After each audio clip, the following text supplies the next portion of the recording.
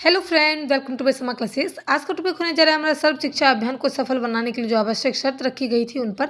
तो सभी छात्रों के लिए इंपॉर्टेंट है ये क्वेश्चन। 8 नंबर या फिर 16 नंबर के क्वेश्चन बीएड में अवश्य पूछा जाता है। तो चलिए देखते हैं क्या है। सर्व शिक्षा अभियान को सफल बनाने के लिए उन बिंदुओं पर अधिक बल दिया गया जो कि शिक्षा के बीच में बाधाएं का काम कर रही थी, है ना। जो अध्ययन में बाधाएं का काम बने थे, यानी कि बाधाएं बन रही थी। तो बाधाएं क्या होगी? जैसे 6 साल के नीचे के बच्चे जो हैं वो आंगनवाड़ी जाते हैं, तो अगर वो आंगनवाड़ी दूर होगा, है ना, वार्ड में नहीं होगा, तो फिर बच्चे कैसे जाएँगे? दूसरे वार्ड में होगा, एक वार्ड में नहीं दूसरे वार्ड में, तो छोटे-छोटे बच्चे जो हैं वो नहीं जा पाएँगे विद्यालय दूर होने के कारण। तो इसीलिए सभी वार्ड नंबर में सभी क्षेत्र में जो है वो पास-पास में आंगनवाड़ी, बालवाड़ी, ये सारी चीज़ों की जो सुविधा है, विद्यालय जो है वो बनाई गई थी प्राथमिक शिक्षा के लिए, और ताकि छोटे-छोटे बच्चे आसानी से अपना शिक्षण जो है वहाँ पा सकते हैं, आंगनवाड़ी में शिक्षा जो है पा सकते हैं। और दूसरा है छात्रों का नामांकन अनिवार्य। कोई भी छात्र हो, तो प्रत्येक छात्र जिसकी आयु 6 से 14 वर्ष का हो, उसका विद्यालय में नामांकन अवश्य होना चाहिए। और जो खास करके जो 6 वर्ष के जो आयु के जो बच्चे हैं, उनका तो नामांकन होना ही चाहिए, ठीक है। नामांकन के लिए अभिभावक हो या फिर अध्यापक या फिर ग्रामीण शिक्षा समिति एवं पंचायत को ये जिम्मेदारी दी गई कि किसी भी समय पर गाँव एवं शहर के जितने भी प्रत्येक बच्चे हैं, उनका नामांकन करवाया जाए। यानी कि नामांकन की जो जिम्मेदारी है वो खास करके अध्यापक, अभिभावक और ग्रामीण जो शिक्षित लोग हैं, जैसे पंचायत समिति हो गया, मुखिया हो गया, उन सब की ज़िम्मेवारी है कि 6 साल के जितने भी बच्चे हैं और उनसे नीचे नहीं, 6 साल से ऊपर के बच्चे जो हैं, 14 साल के बीच के बच्चे, उनका जो नामांकन है अवश्य होना चाहिए। ये सब ग्रामीण लोगों को भी समझाएँगे और शिक्षा का जो है एक महत्व बताएँगे, तभी जाके नामांकन अनिवार्य हो पाएगा। उसके बाद आता है ठहराव। ठहराव क्या होता है कि 14 वर्ष की आयु होने तक विद्यालय में नियमित भेजा जाए। यानी कि 6 वर्ष से तो शुरू हो जाता है बच्चों का स्कूल जाना। ठहराव 14 वर्ष तक बच्चे को कैसे स्कूल में रखना है, यानी कि प्राथमिक शिक्षा से लेकर 8वीं क्लास तक कैसे बच्चे को रखना है, उसके बारे में जो है बताया गया था। तभी जाके सर्व शिक्षा अभियान को सफलता मिलेगी, है ना। जिसमें कि लड़के व लड़कियां 21 से 18 वर्ष, है ना। कई सारी लड़कियां जो है शादी का जो उम्र होता है वो 18 से 21 साल रखा गया।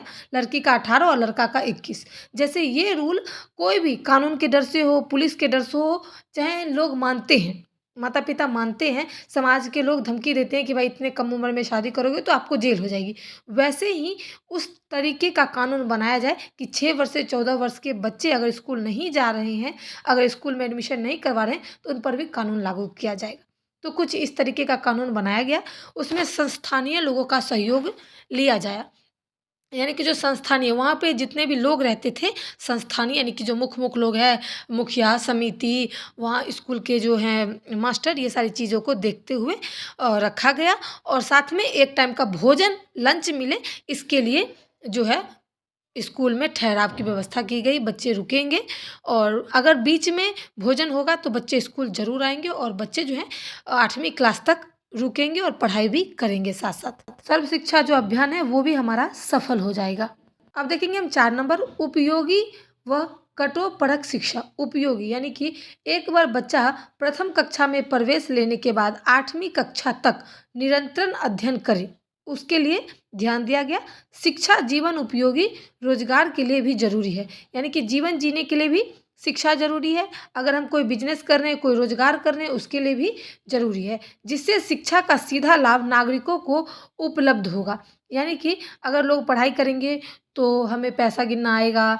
पहले के समय में बहुत ऐसे लोग थे जिन्हें पैसा नहीं गिनना आता था। उनका मेन कारण था शिक्षा। तो शिक्षा से कुछ-कुछ चीज़ें जो है लोगों को ज़्यादातर लाभ मिला है। मज़दूर लोग जैसे पैसा गिनना सीख गए, अपना दिन गिनना सीख गए कि मैंने 1 दिन, 2 दिन, 21 दिन, कितना दिन हाज़िरी लगाया है, कितना दिन काम करा है। तो उस टाइप से मज़दूर लोग को पैसा भी मिलता था। तो जो नॉर्मल जो शिक्षा है 1 से 8 क्लास तक वाले बच्चों को ज़रूर शिक्षा से कुछ न कुछ लाभ मिला है। नागरिक जो है लाभ देखता है तभी जाके कोई भी काम होता है। तो उनको लाभ दिखाया गया, ठीक है। उपयोग जो है वो भी बताया गया। रोज़गार कैसे करेंगे, देन-लेन कैसे करेंगे, उसके बारे में भी शिक्षा का महत्व दिया गया। तभी जाके लोग जो है नामांकन कराने लग गए। अब देखेंगे 5वाँ वैकल्पिक विद्यालय। इसमें क्या है कि किसी भी कारण से समय पर बच्चे प्रवेश नहीं ले पाए किसी भी कारण से 14 वर्ष की आयु से पूर्व स्कूल छोड़ देते हैं, तो उन विद्यालयों के लिए स्थानीय क्षेत्र पर वैकल्पिक विद्यालय खोलकर अनिवार्य शिक्षा की व्यवस्था जो है वो की गई है।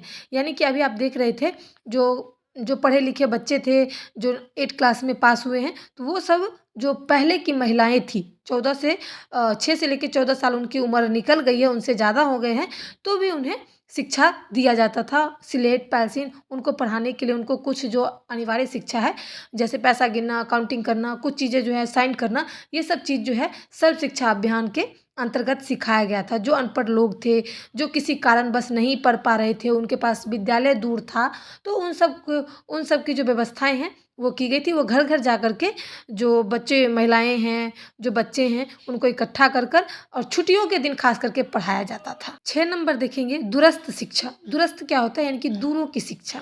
जो मध्यम वर्ग के लोग हैं, जो सर्व शिक्षा अभियान को सफल बनाने का प्रयास किया गया है, जैसे दूर के जो शिक्षक थे, दूर के जो मैंने आपको बताया जिनको दूर पड़ता था स्कूल आदि, तो उनको अध्यापक की विशेष प्रशिक्षण देकर रविवार और छुट्टी के दिनों में आकर्षक ढंग से शिक्षा की व्यवस्था की गई। जैसे कि मैंने अभी बताया, जो लोग की उम्र निकल गई है, 14 वर्ष से ज़्यादा हो गए हैं, उन सबको शिक्षा दी जाती थी दूरस्थ शिक्षा के माध्यम से।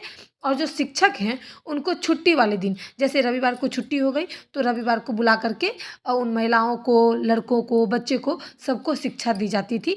और उसके बाद जो कर्मचारी हैं, जो नियुक्ति श्रम वर्ग के लोग हैं, व्यापारी हैं, उनको सप्ताह में 1 दिन शिक्षा के लिए देना चाहिए। जैसे कि कर्मचारी हो गए, वो अपना जो अटेंडेंस है वो गिन सकते हैं कि मैंने कब तक काम करा, 30 दिन में कितना काम करा, कितनी छुट्टियाँ ली। श्रम वर्ग जो लेबर लोग होते हैं, जो वो खेत में काम करते हैं या फिर सरकार की योजनाएँ निकलती है उनमें काम, तो वो 1 दिन का जैसे उनको सैलरी मिलती है 300 रुपए, तो 21 दिन का कितना होगा वो अपना खुद जोड़ सकते हैं, ताकि कोई बेईमानी ना कर सके। तो ये सब चीज़ों के लिए सप्ताह में 1 दिन जो है वो अनिवार्य शिक्षा जो है सर्व शिक्षा अभियान के ज़रिए बनाया गया था, ताकि सभी लोग शिक्षा से वंचित ना रहे।